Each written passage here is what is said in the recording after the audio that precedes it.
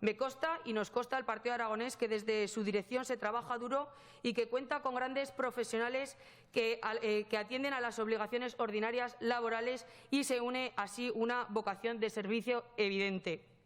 No quiero finalizar mi exposición sin citar igualmente a todas las personas que ayudan con todo este esfuerzo a la protección de los consumidores y, sobre todo, a las asociaciones de consumidores.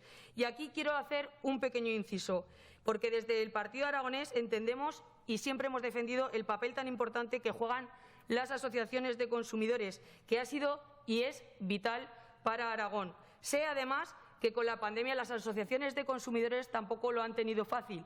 En definitiva, se trata de colectivos a los que hay que cuidar porque su labor llega muchas veces donde la Administración no puede llegar. En muchas ocasiones su trabajo puede permanecer más escondido, pero lo cierto es que también batallan en primera línea en esta ingente labor que se dirige desde su departamento y son parte esencial. Yo también